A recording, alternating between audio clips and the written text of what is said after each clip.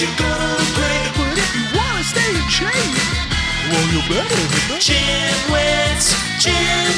That's right, man. Tell 'em. Welcome to the GymWits podcast. I'm Ryan George. I'm Justin Guild, a.k.a. Chef Sonic. And we are the GymWits. So today's my first day physically recording in about 4 or 5 weeks. As you've probably heard as ad nauseum in every podcast we posted, I was going away for a little bit. Do you want to know what back, you, but I can't you know really, what word you know what term you use ad nauseum? Ad nauseum? Yeah. That's a good point. But I can't really, so I said I would be able to talk about it, but I can't really talk about it because I got to wait till like December to talk about why I was away. So you may, and depending on when we release this, which will probably be sooner than later because we're going to talk about some more relevant Wouldn't kind of it be current weird things if you that like happen. released it in February and it was like you have to wait till December and people thought that they have to wait a whole the only reason why why it'll be released is because we're talking about the fight, and the fight happened last week, so we kind of need to release this week, otherwise it doesn't quite make, then we're like 2 weeks off, so it doesn't really make sense. So this will probably get released before some episodes that were recorded a few weeks ago where I'm still going to reference me going away, so sorry about that. I just probably shouldn't have talked about it so much, but whatever the case is. So what do you think of the fight this weekend? If anyone's not aware, the Conor McGregor Kabib Nurmagomedov, whatever his last name is, fight. Nurmagomedov, yeah. Well, First off, it's interesting. It's that moment where someone becomes a household name, right? Yeah. Because in the relatively small MMA mixed martial arts community, we knew who he was for a while now, and we said this guy's probably a future champ. And it's just interesting to see when someone becomes a household name overnight, and all of a sudden now he for not necessarily the most savory reasons, and it's not just due to his great ability, but he's become a household name. Well, I think that's the thing. I think one of the tricky things with the UFC is that basically Conor McGregor has become the guy, and so all the marketing dollars and time and attention gets placed on him. So but I think because there was a kind of a groundswell of fans who knew how good Khabib was, I think the fans really took this fight seriously, and then that extended to all of the kind of casual fans and even people who don't really know, because I know a lot of people who know very little about MMA who knew about the Khabib fight, and they know Khabib, they know the name, and so I think people realized that it was a big threat, and he was a threat. Clearly he's not the personality that McGregor is, and I think that McGregor's kind of that lightning in a bottle as far as marketing. But yeah, he is a household name, but unfortunately then it's kind of the debacle that happened after the fight, and that's what he's going to be known for, and I think that was a mess. I have a very interesting perspective on that, and we view things through our Western lens, right? So the immediate response, and for me, I was disappointed with how he acted because you wanted to see someone act professionally. Yeah. Now, if anyone is unaware of this, it's sort of hard to be, because even people that are completely not into MMA heard about this and heard about what went down. But if you don't know what we're referring to, after the fight in which Khabib won in a dominant fashion, he jumped over the cage and attacked one of Conor McGregor, who was his opponent, his coaches, right? And this had been building up for a while. There's the very sort of the abridged version is that Conor had been trash talking him about his religion. He's Muslim, about his homeland, Dagestan, about his father, and he attacked Khabib. Conor did. Him and his entourage attacked him on a bus in Brooklyn during a UFC a little while back, where he threw a chair through a bus and actually injured other fighters who had to pull out of fights, and it was that was a debacle on Conor's side, right?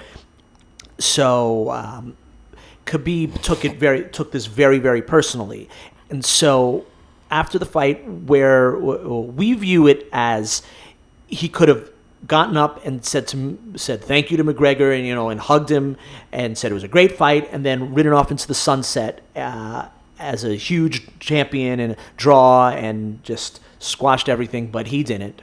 He took the exact opposite approach by jumping into the crowd and attacking Dylan, whatever his name is, and was immediately vilified for it, and is going to be suspended by the the commission, by the Nevada State Athletic Commission, Dana White, the standing president of the UFC, was very, very unhappy and made his thoughts known immediately. And that's the immediate thought is he's really hurt. He's going to get suspended. He's really messed up his career, right? He could have this, he's going to be suspended for a year, maybe have his title stripped, maybe have big fines. He's really hurt himself. So that's sort of the obvious thing that we see. But if you guys take a look at celebrations in Dagestan and Russia, people were going crazy in the streets when he won, right? It's like they had won the World Cup or something like that. It was on that level. People were going nuts in the streets. So while we view it as a career killer or potentially or big hurdle, and granted, he didn't make great. People say he apologized, but he didn't. Because for me, there's nothing worse than when someone apologizes with a but.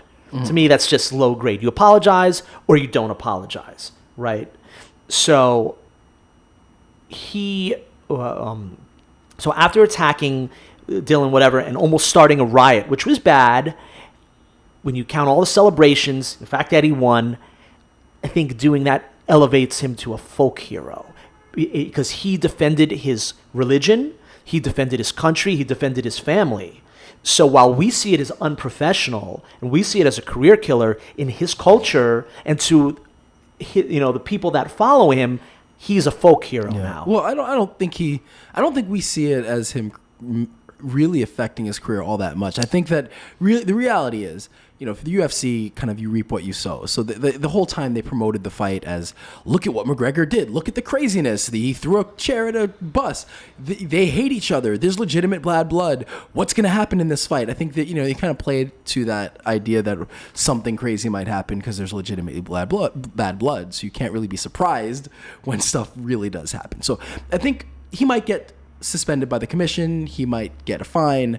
I think he's going to get paid. The UFC, he's going to make a lot of money. I think on top of that, he's a name, now legitimately. Is it like there's no such thing as bad publicity type deal? Yeah, I think so. I mean, he's a name. I think it looks bad for the sport. But looks terrible. Sport's at a point where that, again, that's publicity. Like people, people want to, here's the thing. With UFC, I think their mistake was they put all their eggs in the Ronda Rousey basket. They put all their eggs in the Conor McGregor basket. And so when you do, and they don't, I don't think they put enough effort and thought into really developing new stars. So you have all these great fighters, but who's really a household name right now? You have a handful of people who are household names. And so this fight was a huge deal. And guess what? In the aftermath, it was on, the front page of CNN. It was on the front of every news channel. Everybody covered it because it was Conor McGregor and it was chaos. And so I think that, short term, Dana White's got to act outraged, and it is outrageous. And as a fan of the sport, I don't like it. But it's not going to affect the sport. It's not going to affect ratings. In fact, the rematch is going to probably sell even better than this pay-per-view. Khabib can command anything he wants because at the end of the day, the UFC is going to want that belt on Conor. They're going to want to try to give Conor a rematch. I think, if I understand correctly, Dana, I think may have even said that. So Khabib Dana said that he wants to keep them far away, but we know what Dana says. For, until the big card, the Super Bowl card, or till July 4th or whatever. End of the day, Khabib can command whatever he wants for this next fight because the ball's in his court at this stage.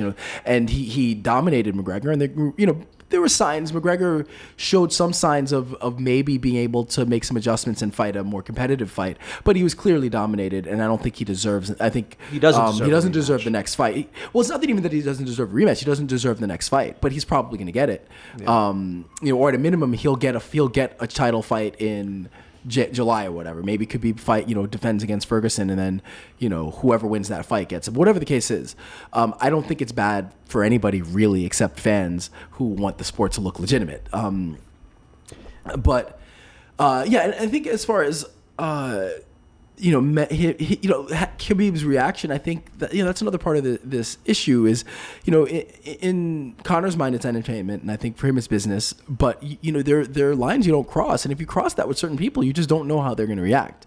And, I think that's a problem with, you can say it's all fun and game. It's kind of like you know, the prank guys, you see the stupid YouTube videos of guys who yeah. pull these dumb pranks and then it's like, no, it's just a prank, it's just a prank. And it's like, you know, you don't know how people react to certain things. And so I think that in this case, like you just did not know how this guy was going to react. And, you know, yes, he should have been more professional. And he should have taken out his aggression in the ring or in the cage, which he did, and he clearly, you know, put a stamp on it. So it didn't make sense. But you also, you know, look, if you talk like that, then you don't know what to expect. So, how much should Kabib be chastised for this? Because he's not the first athlete that's had to deal with that level of trash talk, right? Think about this, for instance. Another Muslim athlete, Hakeem Olajuwon. Do you think in the NBA that other athletes would talk to him about that, would needle him? I would almost guarantee that Larry Bird or someone, or you know, Charles Malone. No, he was a notorious. Here's the thing. He was a notorious trash talker. So, and you know, in a competitive league like that, people will say anything. They'll talk about your family. They'll talk about this, right? But you have to maintain a competitive. A professional decor. Another thing I say, you know, ad nauseum, is that context and intent matter.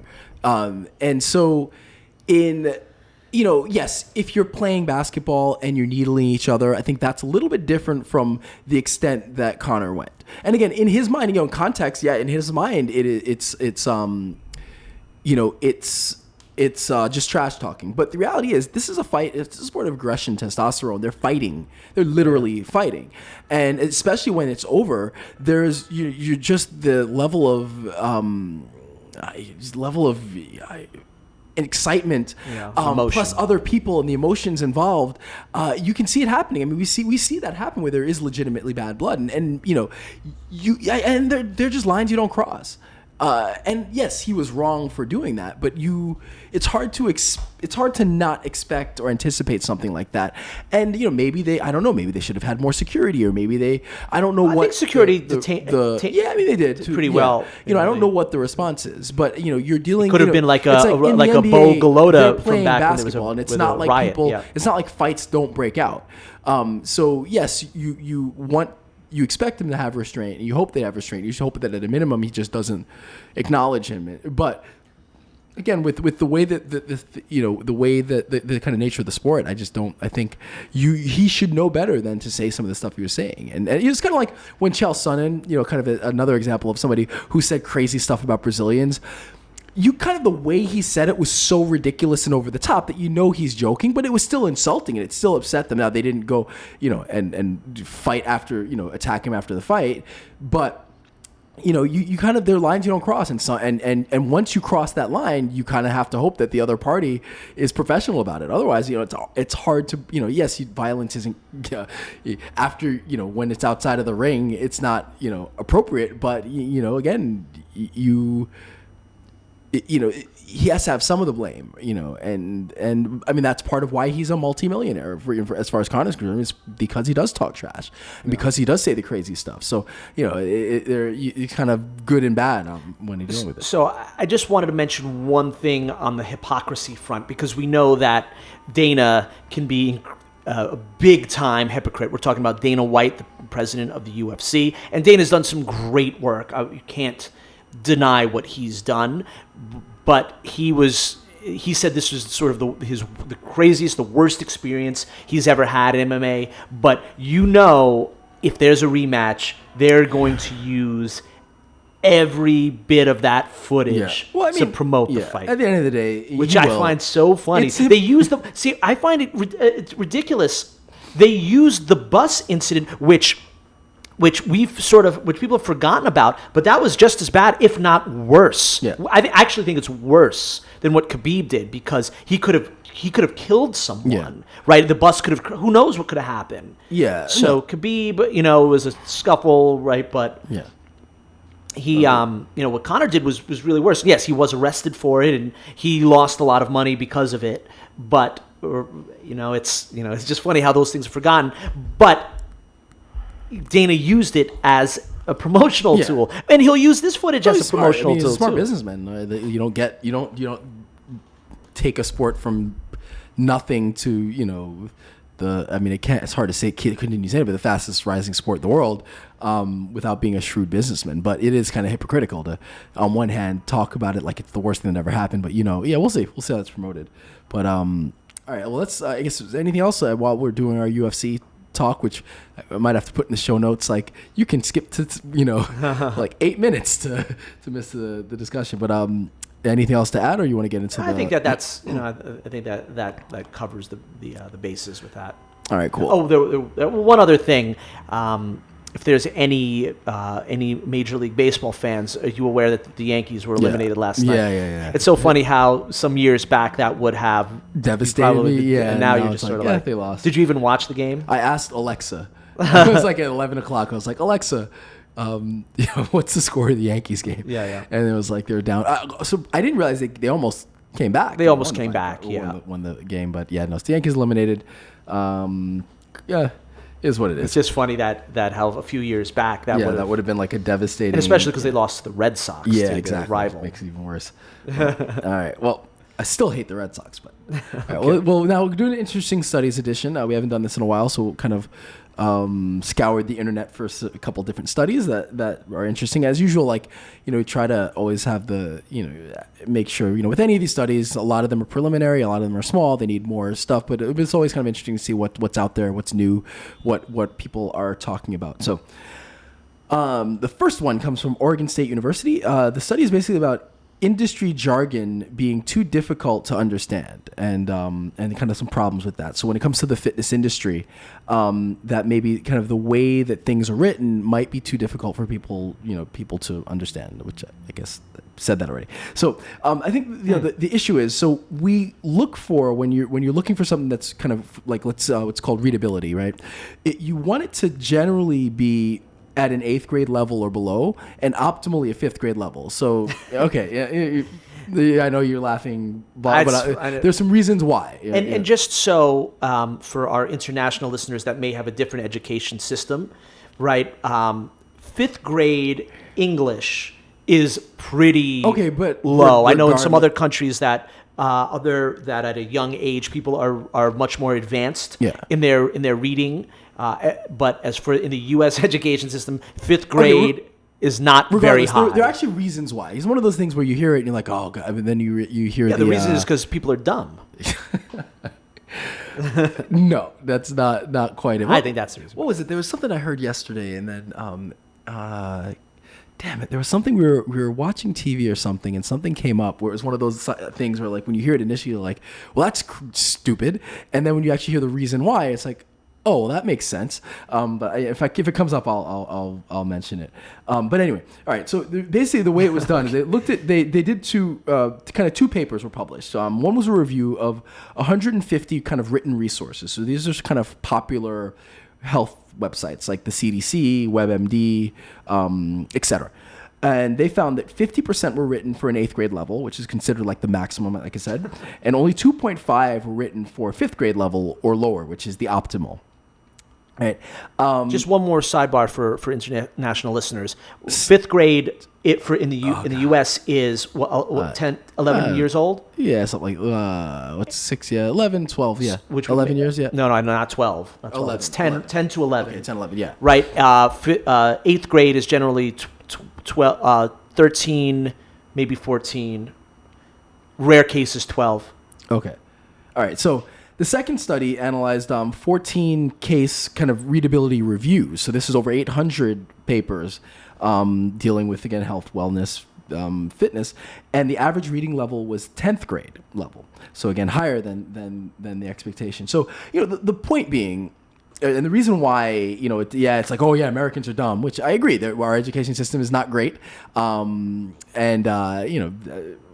right, I'll stop myself before I get into more dig myself any hole. So anyway, the issue here is when you're dealing with health kind of outcomes. So who has the best health outcomes? Higher education equals better health outcomes, right? So the more educated you are, the more likely you are, just in general, to be healthy. Now. So what the problem is, if you're trying to convey or share information on health and wellness, you want to reach people who may not have good health outcomes. So you have those are people without formal education or very low formal education. It's also people who English is a second language. So the point is, we want to make health and wellness accessible. That's kind of what we do as well. Is when we talk, I try to keep things. You're as talking simple. about a 5th grade level. Well, probably, but I try to keep things as simple as possible, especially like with the information, because I don't need to speak industry jargon. I don't need to, like you'll hear a lot of trainers who, and not to make this like, this is why I'm better than all the trainers, but like, sometimes I'll hear trainers that talk to their clients and they use the jargon, but it's almost as a way to like make themselves sound like they know more than they know. They sound smarter than they are. We've known people like, who've yeah, done we know that. tons of people. Yeah, exactly. One is a listener of the podcast, probably. So, but the point is, like, if I know that jargon, I don't need to. Yeah, if I'm talking to another trainer, maybe I speak that language, but. Otherwise, I want to keep things as simple and straightforward as possible. I want to make sure people understand what I'm saying. I don't need you to think I'm smart, or know what I need you to understand the information I'm trying to share. And so I think, and I'm probably not that smart. So that's my excuse for making things sound so simple is that I don't want to use a jargon. So you can pick one, or maybe it's a little bit of both. But point being, you want to try to keep things, as simple and accessible as possible. And so, if the people that are with higher education have the better health outcomes, and we're trying to share information, it makes more sense that we do want to, for lack of a better word, I don't want to say dumb it down, but you want to simplify things so that the people who don't have the better health outcomes, actually can access and understand and take advantage of that information. So, I think that's why, when it comes to kind of the readability of these articles, it's probably better to keep things at a lower level. Absolutely. Yeah. I mean, no question about it. You don't want to make anything that is, where you're trying to get basic ideas across to be complicated. Yeah. Also consider the fact that a lot of people read on their phones. Yeah. It's small. Yeah, there's people with different, that English might be a second or third language. People read quickly. So that the way information is digested is very different. So it's not like you're researching it. A lot of these things are read quickly on small screens. So yes, it would make sense that having a very sort of, I guess you would call it dumbed down, or I guess the really I don't want, but not say proper dumb down. term would be a very, very layman's approach. Yeah. And I think that's it's definitely a good idea, but it brings up so many other important discussions about education and health, or being healthier. Why people that have better education are healthier? Is it because they're more educated? Is it because people with higher educations tend to make more money? So, or come from a more affluent background, or just better, middle class and up background. So just the fact that they have more money or come from more money, is that the main reason why? Is it a combination? Is that people who are better educated are more informed about health decisions? It's probably a bit of all of the above. I mean, you're more educated you are, the more informed you are. There are, a society, as much as we love to talk about, we talk about the stories of people who come from nothing and become billionaires or millionaires. Like, there is fairly kind of social mobility in our society is not very high. So, you tend to, whatever station you're born in, that tends to be where you will be. So yeah, I think it's a little bit of everything. It's just kind of all of the above. So next up, we have a study from the University of Chicago at Illinois.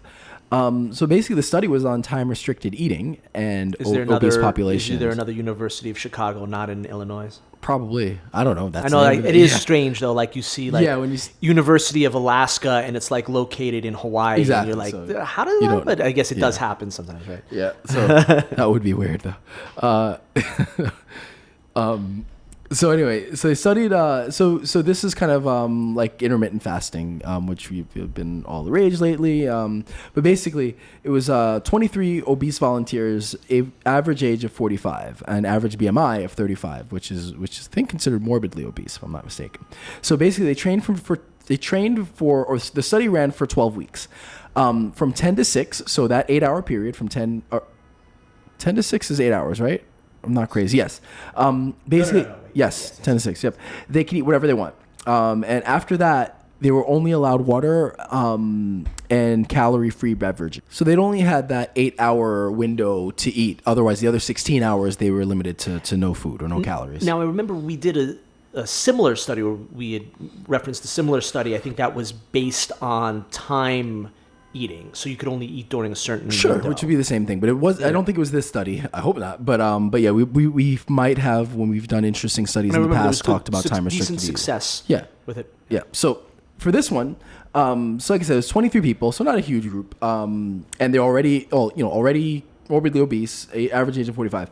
So they compared the results from this group to said it was a matched historical control group. So basically, they kind of found a control group that had similar variables, right? So there wasn't, the control wasn't used for this study, but they tried to match it with a group that was similar. Again, similar variables.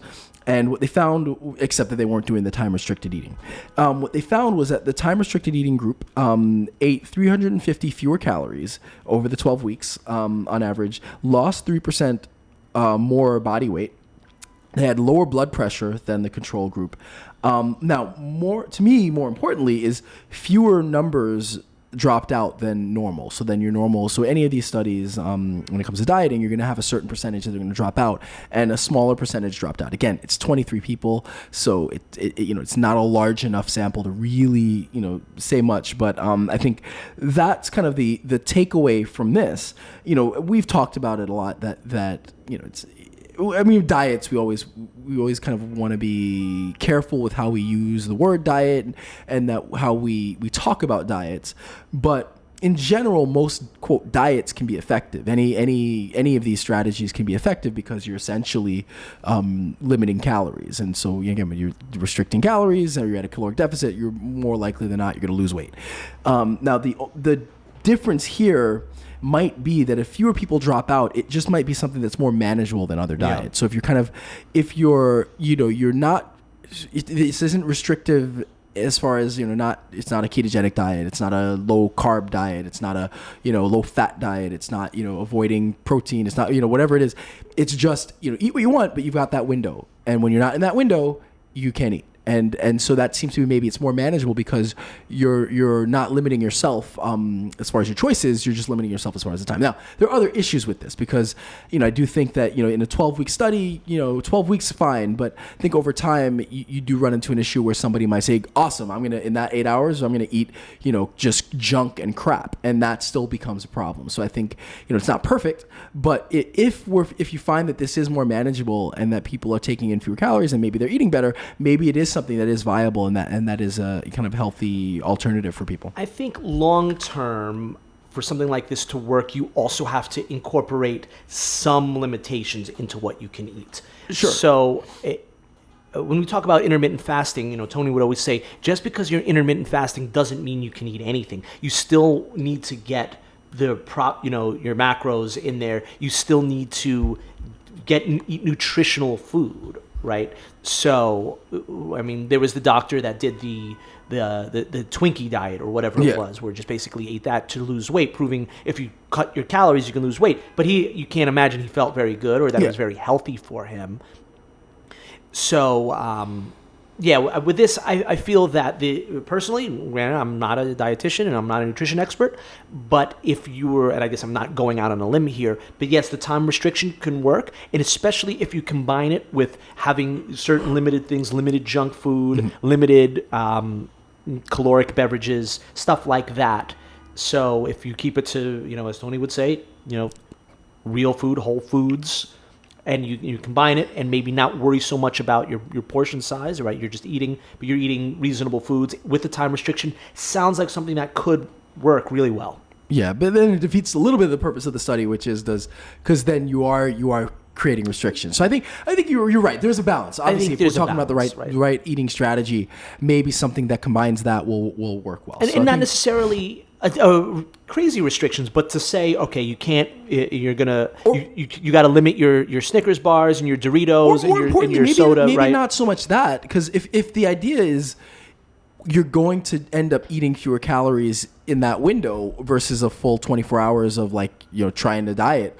maybe the point is that, just make sure you're getting nutritious foods in. So it's like, you can eat the Snickers if you want. You can eat it every day if you want. Just make sure you're getting in your fruits and vegetables, and you're getting in, that you're getting appropriate nutrients. As long as you're getting the appropriate nutrients, whatever. If you want to have your popcorn or your buttered popcorn, I should say, or something unhealthy, that's fine. But again, I don't know. That's something to kind of remember. These things are tough to tell. That's why. When you mentioned the whole 12-week thing, that's what really sort of made me think about that. That yes, over 12 weeks, something can work, right? If it's a change, but how the body is amazing at adjusting, and it'll find its homeostasis. So probably for a long-term thing, you're gonna have. I think you're gonna have to have at least some concessions. Yeah. Right. And I don't think that's unreasonable. It's like you're not saying give up everything. You're saying cut back on food that really gives no nutritional benefit. That's just added calories, right? Without, it's not fuel. Well, I guess it could be, but right. It's not good. And I don't think many dietitians or doctors would disagree saying if you cut out, if you cut out Snickers bars and Doritos and soda, right, you're going to be hurting yourself. Yeah. So cool. All right. So the next one comes from the University of, how do you pronounce this? GUELPH. Say wait. GUELPH. Yo. Gulf? Did I spell? Did like the iPhone spell check this wrong? GULEPH. Yeah. How do you pronounce it? I wonder if I do a quick. Oh, it's not saying. Okay, well, it's in Ontario, Canada. All right, that explains it. Actually, yeah. Anyway, so this one is on overload training, and that overload training may hinder performance. So basically, overload training, the way that works is, so you're basically training to complete. Sorry to interrupt you, but that's actually a good concept. If you make something that's very hard to pronounce, it makes it less likely that someone will check the source. So the university of something you can't pronounce, right? People aren't going to check because you can't really say it. So if you can't say it, people won't know what to, they'll read it, but they won't really know how to approach it. So they'll just give up, right? So it's much easier if you want to have a bogus study to say it's from a university of something, of a name you can't pronounce. I think that makes it much less people, I think less likely that people will really follow up on it. I don't. Yeah, you're on your own on that one. All right, so so overload training is basically kind of training to complete exhaustion. So it's the idea is basically you it's kind of when you see people like just push yourself to the max, and then the next time you work out, you will have increased your fitness level, and then you can work at an even higher level. So it's this way of kind of like almost forcing the body, to increase your fitness level, which is a little bit different from like your standard style of training where you maybe you're pushing yourself a little bit more, but you're not going to complete exhaustion. And so, all right, get ready for some industry jargon. What happens when you train at overload is basically your muscle sympathetic nerve activity is increased. So just are we referring to weight training? Or just anything? This study was done with triathletes and cyclists, so no, not weight training. So this is more endurance. So based. Okay. Yeah. So basically, I'm not going to get into muscle sympathetic nerve activity, except that what happens is part of the effect, part of the result is that it constricts the muscle blood vessels, and that's an indicator of stress. And that in itself is something that actually hinders performance, and actually you see high levels of this in unhealthy people. So basically, the result of this. So I'll explain what the study. So the study was done over 3 weeks with recreational triathletes and cyclists, and basically one group trained at 150% of their normal training volume. So they're kind of the overall training volume. If you look at, like, if we were weightlifting, it's kind of sets times reps times weight is your volume. And so, with cycling, you can think of it being as the amount of miles, with the amount of METs and the amount of time, time or whatever, just that it's the total work done. For these athletes. So the one group trained at 150% of their normal training volume, and the other group continued under their normal training volume. And what they found was that the people at the consistent training actually increased in almost every cardiovascular measure. And they had very little stress on the sympathetic nervous system, where the group that trained at the higher level actually had much higher levels of the sympathetic nerve activity and actually had lower levels in some cases of the actual cardiovascular measures. So again, little bit, an interesting thing here, because we tend to think about, especially when you're dealing with sports and athletic training, that, oh, well, you need to be training, you need to be pushing yourself to your limits. And it might be that when you push yourself to your limits, it's going to hinder your performance. So that might be an issue of, another question to ask, and things that need to be looked at further is, okay, maybe the problem is that you shouldn't be training, at your highest level every training session. But what happens if you do it once a week, or what happens if you do it twice a week? So, I think, again, this is a good example of, you probably shouldn't be you kind of varying your workouts even at a kind of micro level. So when we talk about periodization, there's different phases of your training that's geared towards whatever your competition or sport is. But even within, you have these your workouts themselves. And so the idea is, some workouts are going to be your super high level. Some workouts are going to just be steady, normal. Some workouts might take it back a notch. So you definitely don't want to be training all out crazy every session. But then the question, like I said, which further studies, would be needed for, is like, what level, how often should you ever train at 150%? Should you always stay at, what is the right way to kind of go to make sure you're maximizing the kind of training effect? So it actually bring up some great points, and there's a few concepts to be thought of mixed in with it. So the first thing you mentioned is recreational. So these are not professional athletes where their job depends on it, where their livelihood depends on it, where they have maybe perhaps to hire dietitians, doctors checking them out, all those sorts of things. I think that plays into it. What's the immediate thing that comes into your mind when you think of, well, even we see it with athletes, but what's the immediate thing that comes to mind when you hear about someone going all out every time? What's going to happen? Injuries. Yes. Yeah. So you're just begging for it in one way or another. I would say this. Yes, you're right. They're recreational athletes, but they're triathletes and triathletes. cyclists. Right. It's not like you're saying, a recreational basketball player. Yeah, not that you can't play basketball at a high level, but they're athletes who are doing very high level endurance events. So yes, I think that they're still athletes. They're still training. They still are. They're at a high level, sure, but it sort of goes back to what you said, that with certain athletes, that you're making bodily sacrifices, and that's the name of the game. Yeah. Right. Well, yeah. So So I think that with all professional sports, there is going to be a time where you're going to have to go all out. Yeah, absolutely. Now, I think that clearly going all out gets to an extent. Now, of course, I'm sure there are debates on how often to do it. That's a very interesting study. I think that going all out has a strong psychological component to it, that it's sort of we worked so hard here that on the field nothing can stop us. So there might be that component to it, which is also important with professional athletes. As far as the actual training and how often to do it, which is appropriate, you hear about athletes, especially that train in different seasons, peaking at certain points. So I'm sure that it's actually a very interesting discussion.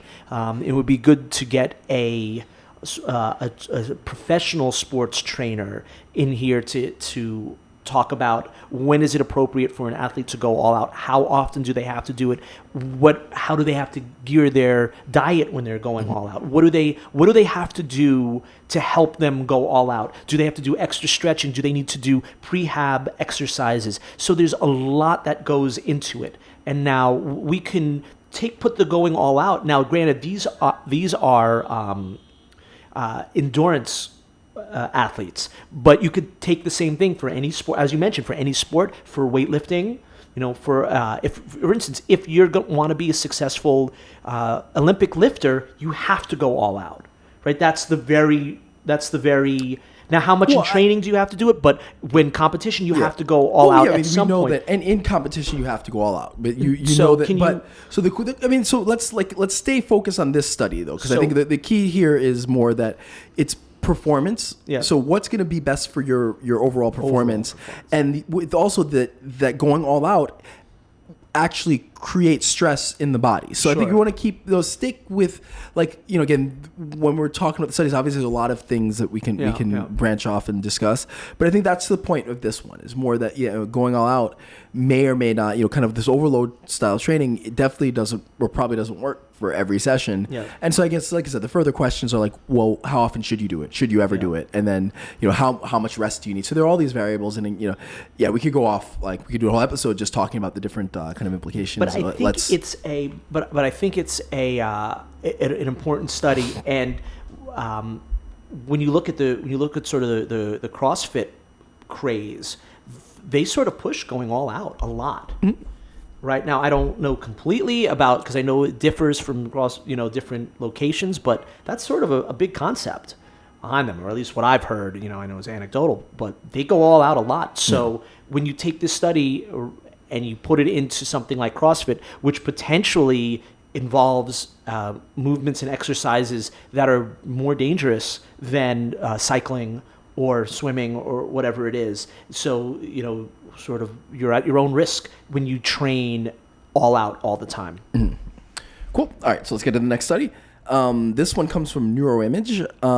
It is basically the idea that exercising after motor skill learning actually helps to improve learning. So for this one, what they did was they did 15 minutes of cardiovascular exercise.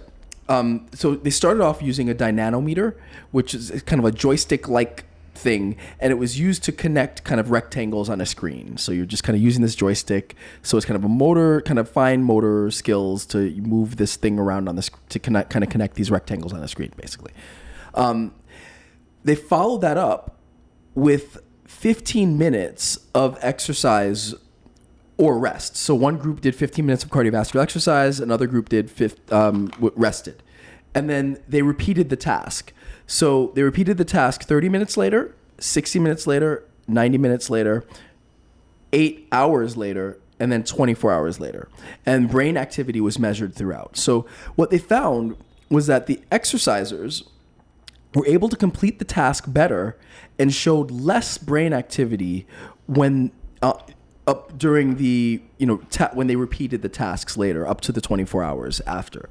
So, and obviously, why would they show less brain activity? Because the kind of neuromuscular system is kind of adapted to that movement better, so you become more efficient. So like when we do any movement, things that we're really, really good at require very little brain activity. So like you ask Michael Jordan to shoot a basketball, and it's just natural. There's no brain activity required for that, or very little. Where you ask me to shoot a basketball, and there's gonna be a high level of brain activity because I'm not good at it, and so I have to really think about it. So kind of the same thing here, where the more efficient you are at a movement, the less you actually have to think about it, the less your brain is actually active while you're doing it. So it becomes kind of automatic. So, it's something we've known for a long time, but it's interesting that, so when you're learning fine motor skills, it may be beneficial to do some cardiovascular work. And so, there's some, theories as to why it could be just increased blood flow. When you're exercising, it still increases to the brain. So that increased blood flow helps to kind of cement that motor skill. But yeah, again, I found it interesting that if you're learning any new skills, you might want to. Hey, maybe if you're teaching your guitar student, go run afterwards. Yeah, it might not be a bad idea. Take your kids out for a run after. I know it's very interesting, right, to show that. That's why it's an interesting study. For what it's worth, if I know you're talking about just motor skills type stuff, but could it extend to education topics, like if you learn math, for instance? I know that there are studies about that, and I'm pretty sure that does it. And wouldn't that basically cement the importance of and that it's already not important, but really show the need for physical education? Sure. By basically saying that that the physical education in school will help their students retain their information. Yeah. No. Yeah. Absolutely. So there's a lot that goes into it, right? So do we know the age of the participants in the study? Because that sure makes a difference, because we all know that we probably do, but I'm not seeing it. I didn't put it in my notes. All right, that's important because we know that the older you get, your brain is not as good, is not as efficient at learning new things. Sure. Right? So that certainly plays into it. Perhaps also what plays into it is just your natural ability for things, right? So, like for me, even though strangely enough I'm a guitar player, which involves incredible amounts of fine motor skills, I am a terrible visual artist. I cannot draw I'm terrible at doing little handy things like that, little craft. I'm terrible at it, and one might extrapolate and say, well, you play guitar, so you're good with that sort of stuff, but I'm terrible with it. So I'm naturally bad at doing certain things like that. So how much of that you would have to have people that are that are either inept or all at the same level or very good at something to see how they're doing. Because right, if you teach, if someone you're actually Ryan's very good with those sort of fine motor things, like with craft. You're pretty good with it. I do them. I think there's a difference between I do it, doing it. You're pretty good with that stuff. So if you could give me all the exercise you want after me doing those stuff, but you're not going to get me better at it. Yeah. Right. But I guess that's not the point. It's not about the level to which you do something. It's your ability to retain what you're doing, I guess. So that's where they're saying the exercise helps people retain it, not necessarily get better at it, but whatever level they've gotten up to, it helps them retain it. Yeah. So it is very interesting, and I'm be hard pressed to find that this is the end of the study. Right? Yeah, no. This could go on. There's so much that can be brought out of this. Yeah, there's a lot dealing with kind of how exercise affects the brain and learning skills. So just again, interesting. All right, so this one for the American Journal of Clinical Nutrition. So it was a kind of cross-sectional meta-analysis of studies looking at BMI and telomere length. So in short, so telomeres are the caps at the end of a string of DNA. And basically kind of think about it, if you think about it like a shoelace, like the caps on a shoelace, that effectively kind of is what telomeres are. And basically it protects DNA. And without it, our DNA becomes damaged. So shorter telomeres are connected with aging, and it's our kind of actual biological age. So we kind of have our chronological age, but if you kind of look at our telomere length, it actually is associated with kind of what our like biological age is. So kind of my little brief explanation on telomeres. So this meta-analysis looked at 87 distinct studies, again, looking at obesity and telomere length. And it found that obesity may contribute to the shortening of telomeres. So what they found was that a high BMI was associated with shorter telomere length, especially in younger people. You have a shorter telomere length. Yeah, sure. Okay. And again, this was 87 studies, 150,000 people. So, look, there's, we know obviously that obesity, comes with a myriad of health issues. And so, of which shorter life expectancy.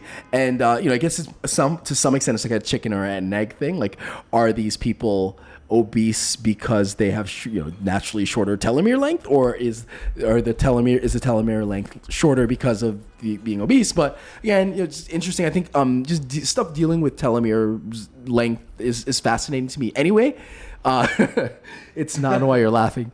I thought of a very dumb pun, but I'm not going to say it because it's so dumb. So yeah, I don't know, not much else to add, but that, all the more reason why really it's important to try to keep your weight in check and keep, as much as you can, focus on your health, whether it be it through exercise or, good eating strategies, and all the while listening to the GymWits, probably helps, because it seems as if there is definitely a correlation between kind of a higher or biological age as well as obesity. Well, definitely your biological age goes up if you listen to the GymWits. You didn't read that recent study? Interesting study. No? Oh, no, I didn't. I don't have it in my notes. It was done in the University of... So do your research, I'm telling you. Look it up. I'm too tired for this. I think I think we need Tony and her energy to make this joke work or this little riff. But anyway, next study, last one. There's another study. Yeah, there's one more. Yeah, there's like 60 that I've just got loaded up, so I don't know what to do with them. All right, so this is basically comparing eccentric versus concentric only training. I'm forgetting which journal it was. I'll add it in the show notes. It might have been the Journal of Strength and Conditioning, but I'm not 100. I think it was Journal of Strength and Conditioning Research, but I'm not 100% sure on that. So basically, eccentric only training would be, okay. So eccentric and concentric, we've talked about this plenty of times, but concentric is, so if you're doing a biceps curl, like the concentric portion is when you're flexing the arm, when you're decreasing the angle at the elbow, when you're lifting the weight or curling the weight up. The eccentric portion of the movement is when you control the weight back down. So when you extend the arm or you increase the angle at the elbow. So you'll have people that say concentric, you focus on the concentric part, right? You focus on that curl. And then other people that you really do a slow eccentric and you control down. So this study compared the eccentric only versus the concentric only. And they were kind of looking at the effects of, how it affected the muscles. So basically, the participants did 3 workouts a week for 10 weeks. They did 4 sets of 8 to 10 reps of the leg press. So they basically did either the max. They either did 80%. So they did the maximum for that number of reps, either for eccentric or concentric. So they did 80%, trying to get 8 to 12 reps. And what they found was that there was similar changes in the muscle volume. So the overall volume of the muscles grew. Eccentric only training, though, increased the length and the kind of distal region cross-section area. So what does that mean? That basically means, it's very simple. So I'll tell you the concentric and then I can explain the eccentric. Basically, concentric increased pennation angle and middle cross-section area. So basically, if you were taking the biceps as another example, if you flex the biceps, that kind of peak, that middle part of the biceps, that part increased more with the concentric training, right? Where the eccentric training kind of increased the length or the size or volume at the ends of the biceps. So why is this important? So I guess the reason it's important, I think it's something we might have talked about at some point a few weeks ago, is, we talk about with training, when we talked about the mass episode, that basically, you can't choose how the muscles grow. You can't really you say, okay, I'm going to try to increase this part of my biceps or this part of my hamstrings. You just you got to lift and you hope it works. But there is some research that shows that there might be ways to possibly maybe increase a certain region distally versus the middle. So it's like maybe you can kind of sort of possibly increase a little bit more in one area or another. The issue is that there's not enough science and there's not enough research there to say exactly what the best way to do that is. But again, it's, I guess, further, confirmation that there might at some point be methods of possibly kind of increasing specific areas of a muscle more than another. I personally think it'll never be so much that you're really going to modify your training all that much. But it might be that, if you're a bodybuilder and let's say, for some bodybuilders, they want, to get a full biceps, maybe they're finding that at the ends of the biceps, especially towards the biceps tendon, maybe it's not full enough, and that maybe doing eccentric training might help fill that out. And for a bodybuilder where every little bit's going to count, maybe that does help with the training. So I think that for me that was kind of the main takeaway. I don't know if there's anything, not much to discuss there really. Well, I like to use eccentric training just because it's a variation, right? So for me, and I've been doing a lot of weightlifting, you've noticed any difference? You walk like you're bigger? I don't know. Yeah, have you been training more? I don't know. Are you bigger? Okay, I'm maybe. bigger, Yeah. right? It just That's always how it's been for me. I not necessarily look all that ripped, but I just get big. That's just always been my thing. Although my cut phase will start soon. So why? Because I think I want to do that. I'm sorry. I've been lifting weights getting ripped for a while. Yeah, I like to get a little more ripped if possible. So. Plus, I'd just like to get back into better cardio shape, which I'm not in right now because I've been lifting so much. So I just like to do it because it's a variation. The majority of my lifting is sort of standard lifts, focusing on the concentric with with controlling the weights back. But occasionally I like to do it actually at the end, sort of in my final few sets. Do something where I focus on the eccentric a little bit more, just because it's a nice variation. It's good for muscle endurance, and I think it's a nice variation, and I think it adds. Have I noticed anything different aesthetically? Absolutely not. But it's just part of the workout, and I think it's certainly something that is good to incorporate. Cool. All right. Well, I guess that's all I've got. Studies. Did you have a rant? Or do you have time? Do you want to go?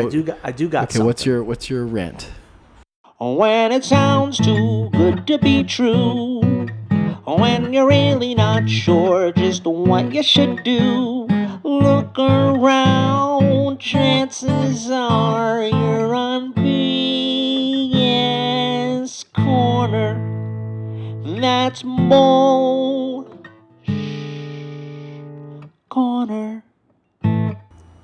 So in this episode of BS Corner, we have a good one. Now, this one isn't completely new, but it's still relevant, as in people are still buying this product. It's still being advertised, and she's still pushing it.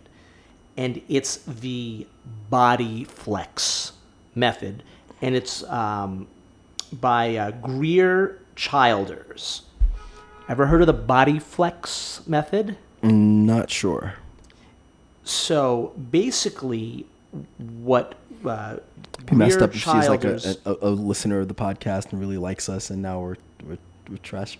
I don't think she Okay. does. Well, Okay. she might, but All right. Well, regardless, All right, so what's body flex? Tell me about it. basically, it's a system of exercise and weight loss, wellness, based on aerobic breathing. Basically, the idea that deep breathing exercises can help you lose weight, and along with a lot of other things. So these are the claims that her system makes, or that she makes. Let's take a look here. So, abdominal manipulation. You have to work the muscles from the inside out. You have to be able to manipulate the inside of your abdomen. When you do this, you strengthen the muscles, and when you strengthen the muscles, they get shorter and make your stomach flat. Sounds like BS, yeah. All right. Oxygen heals disease. Basically claiming that oxygen helps the lymph system to kick into high gear and get rid of those toxins in your body. You're going to be sick all the time with cold, flu, and whatever comes along. 1 out of 2 of us in this country will get cancer in our lives. 1 out of 4 of women will get breast cancer. So on. Basically makes claims that her breathing method can prevent cancer, cure cancer, prevent disease. So that so does the method it increases like your oxygen uptake or something? I think somewhere it's set. Yeah, it's. All right, so it's an accelerated aerobic breathing technique, increasing oxygen. So it's increasing oxygen. Okay. Sounds like BS. All right, so, yep. And it, of course, claims that you're going to lose weight. Now, I looked on the website, and I found tons of other ridiculous claims, like that her breathing method can help you come off antidepressants. That's irresponsible to make that claim. Right? It says it right here. I have had many people take my programs who were depressed and on antidepressants. After 2 weeks on the program, they would call me and say, I was suicidal when I took this program. Now I feel like $1 million and have stopped taking my antidepressants. It's a little, that's it wowzers. was worded well, like when you think about it, because it's not saying, I told people to stop. It's not saying I diagnosed something or I told them to stop. But it's kind of saying that after my program, people just they stopped taking their antidepressants. So clearly worded. It's legally worded. Worded to avoid any legal kind of repercussions, I guess. But what's it really saying? But no, it sounds kind of sketchy. It's like kind of sketchy. It sounds very sketchy. Like nobody's gonna. There might be something to be said for breathing exercises as a way to relax. But I think if you're at the point where you're on antidepressants, I don't think. I mean, I've never been on antidepressants, but I don't know that a couple weeks of breathing is going to get you off those meds. Yeah, no, I don't think so. And it's dangerous to imply. Yeah. Right? You could get someone who feels better for whatever reason. They go off their meds and then they kill themselves or or hurt themselves or hurt others, right? So I think it's extremely irresponsible. But now something that's funny, I looked on the website, of course it makes claims, 2 weeks you lose weight, 3 weeks you lose weight, blah, blah, blah. You look at the fine print, it says the body flex system and the diets, very small, combined with a 1,200 calorie or 1,300 calorie diet. Okay, for weight loss. Okay, yeah. So so it's really the breathing that's causing you to lose weight, and not the fact that you're now you're at a calorie cutting calories. Yeah. All right. So the whole thing is this is as BS as it gets. Mm-hmm. And it's funny because I mentioned it to Tony about it, and she said, a BS corner. I mentioned, well, we could do an episode, and she was like, I don't want to give this person any credence by even mentioning her for more than a few minutes. So that's what Tony thought about it. That's a good point. Yeah, I mean that's what the BS corner is for, Yes, right? yeah. Is to kind of call out BS. We don't need to, unless it's like really. I mean, I don't know. Is this selling well? I've looked up Greer Child. She's made millions. All right. Well, I mean that's the problem is you've got Millions. when you're dealing with a lot of these pseudoscientific kind of BS. It's not even. It's like it kind of falls in that realm of like a lot of like the weird alternative medicine stuff, and not I know some of it's okay, but like you get a lot of the quacks Breathing is great. Breathing is fine. Yeah, a lot of the quacks and charlatans will take a couple little things, extrapolate, mislead people, imply certain things, and it gives a bad name to the ones that might actually be doing something decent, and unfortunately, it sucks. When I see stuff like this, it actually angers me. It makes me angry that people will sell a system or sell something and make these sorts of claims for people that are suffering, might have diseases, that might be worried, that might be on antidepressants, that might have claims it can help them quit smoking, right? That are overweight and are just looking for something that they can do, and just and being a huckster and making money off of people. That's as old as, of course, any. I mean, that's just, you see that everywhere. It's at least there are products that are marketed and make claims, but they could somewhat work, right? There are diet plans that you look at it, you're like, well, that's not great, but look, if you stick with it, it could work. And exercise plans, it could work. This is not going to work. There's nothing about this that's going to work. It's not going to cure any disease. It's not going to help you lose weight. All it's going to do is take your money and give you false hope. And that's what a lot of this is. I mean, a lot of the industry is based on that. It's based on, yes. Well, and that's why the BS corner exists. Yes. Would you ever do the body flex method? No, I mean, no, it doesn't seem like it makes any sense. I mean, the thing is, like, I'm sure there are a couple. There's benefits to breathing better, sure, of course. But talk about it in that context and give us, how does breathing help us? Because clearly, it's hard to sell that though. Yeah, it is absolutely much easier to sell it if you can cure cancer, help you stop taking antidepressants, help you lose weight, strengthen your abdominals. Just everything. It seems to cure every ailment known to man. Yeah, pretty irresponsible. I don't know. I'm a little tired today, so I'm not as well, maybe if you use the body flex, you wouldn't get tired. Maybe it'll wake me up. Yeah, maybe better than caffeine.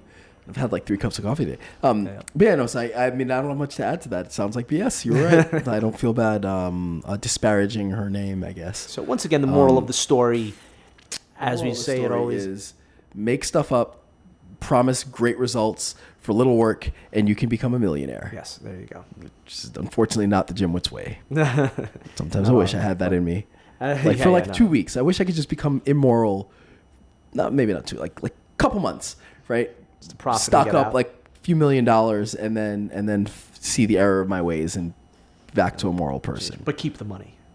Yes. All right. I'll give back half. I'll donate half of the money that you scammed out of people. Yes. To like a really good cause. Okay. But I won't give it back to the people that I scammed. Well, that's an interesting concept. So is it okay to scam people if you're giving the money for a good cause? I mean, no, because you're scamming people. Well, yeah, I guess so. Like, who am I scamming? If I'm scamming billionaires, then is it okay to scam billionaires, pocket half the money, and then use the rest of the money to And it's certainly possible that people that have a lot of money would buy something like this, but it's also possible that people that don't have money. I mean, that's the problem, right? Like, because again, we talked about earlier, right? Who the more educated people are. I mean, I don't know if they're likely. But, no, because I think you get some people that are educated. I know some people, very smart people who would totally buy into this stuff. I probably know at least 2 people who probably do buy into this. But you would think that the more educated, the less likely you are, the more skeptical you are, the less likely you are to buy into that. But that's just me saying, and I don't know how true that is. I'm sure there's people that are, but it actually is funny how people that are. It's actually amazing how there are people that are so smart and educated, and they believe in crazy conspiracy theories and crazy things. It's just funny how that works out, right? Yeah. you had your own little brush with your flirtation with conspiracy theories. Yeah, but it wasn't. But it wasn't crazy. It's not crazy. I think there was some, but there are people that are educated that buy into things that I'm just like, what the hell are you buying into? Like, this doesn't make sense. Like, come on, you're smarter than that, and you want to say it, but I don't know. Anyhow, take us home. Yeah, sure. So as usual, GymWits.com for all of our stuff. Check out our Instagram, _GymWits. I posted some pictures from Comic-Con, me dressed as Batman, my 3D printed costume. Yep, all of our stuff is GymWits.com. Our social media, we're on Facebook, Instagram, Pinterest, all that good stuff.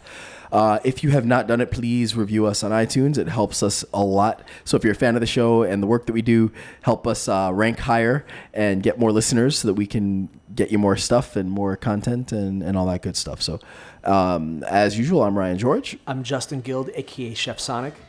Reminding you that truth does not sell. Damn, you forgot your own tag after doing your. Oh, I'm disappointed. And we are the Gym. Waiting for you to say. Huh? Yeah. And we are the GymWits.